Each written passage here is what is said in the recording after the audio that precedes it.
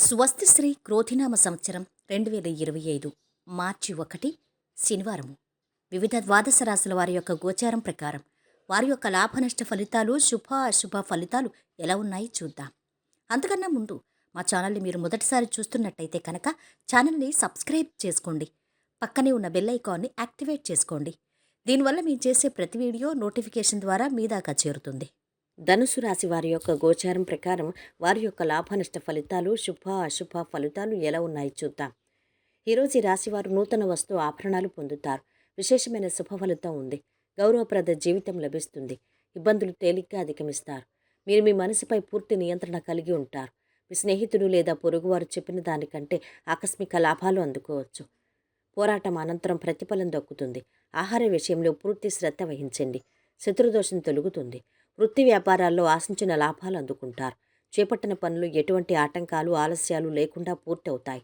దూరపు బంధువుల నుంచి శుభవార్తలు అందుతాయి. ఉద్యోగంలో గుర్తింపు దక్కుతుంది.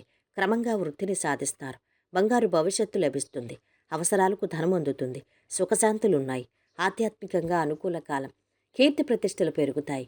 కుటుంబ సభ్యులతో సంతోషంగా కాలక్షేపం చేస్తారు. ఇతరులకు ఉపకారం చేయటానికి వెనకాడరు. రుణబాధలు తొలగిపోతాయి.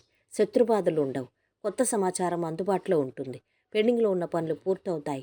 జీవిత భాగస్వామితో చురుకైన ఆలోచనలకు, అవసరానికి డబ్బు చేతికి అందే అవకాశం ఉంది.